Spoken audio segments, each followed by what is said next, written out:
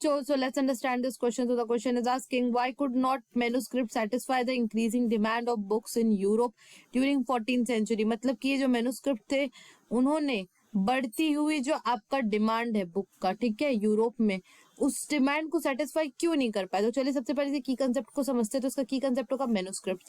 Manuscript जो होती है वो आपका हैंड रिटन रिकॉर्ड्स होती है। अब हैंड रिटन रिकॉर्ड मतलब होती है कि जो हाथ से लिखी हुई चीजें होती है, ठीक है। अब वो किसी के भी बारे में हो सकती है, जैसे पास्ट की कोई आपका डिटेल्स हो गई या फिर कोई बुक्स, है ना। अब हमारा क्वेश्चन क्या बोल रहा है? हमारा क्वेश्चन रीजंस मांग रहा है कि मैन्युस्क्रिप्ट क्यों नहीं सेटिस्फाई कर पाई जो आपकी बुक्स की बढ़ती हुई डिमांड थी यूरोप में उसे।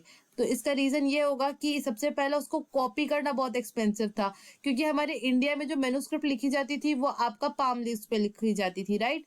तो उसको कॉपी करना, उसको हाथ से उतारना, एक एक वर्ड, जैसे मान लीजिए संस्कृत के इसमें वर्ड्स लिखे हुए, ठीक है, तो उसको एक एक संस्कृत वर्ड्स को उतारने में कितना मतलब मेहनत का काम है।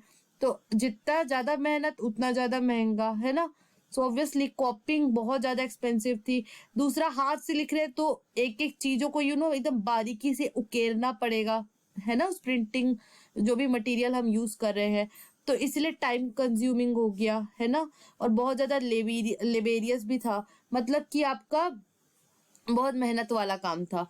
और ये जो मैन्युस्क्रिप्ट थे इनको, जैसे अगर हमारी इंडिया की बात की जाए तो हमारे इंडिया में जो मैन्युस्क्रिप्ट थे वो आपका पाम लीव्स पे लिखे जाते थे। सो ऑब्वियसली सी बात है वो फ्रेगाइल होंगे। फ्रेगाइल मतलब होगा कि आपका जैसे कोई भी ऐसी वस्तु है जो आपका जिसपे कीड़े पड़ जाए, है ना, ऐसे जैसे मॉइस्चर आ गया, ठीक है, तो वो खराब हो जाएगा। तो सीधी सी बात है अगर वो बहुत ज्यादा फ्रेगाइल है, ठीक है, तो उसको हम इजिली कैरी नहीं कर सकते हैं। इन दो रीजनों की वजह से जो ये मैन्युस्क्रिप्ट थी वो आपका उस जो बढ़ती हुई डिमांड थी बुक का यूरोप में उसको भी सेटिस्फाई नहीं कर पाए। So I hope you have understood this question. Thank you and best of luck.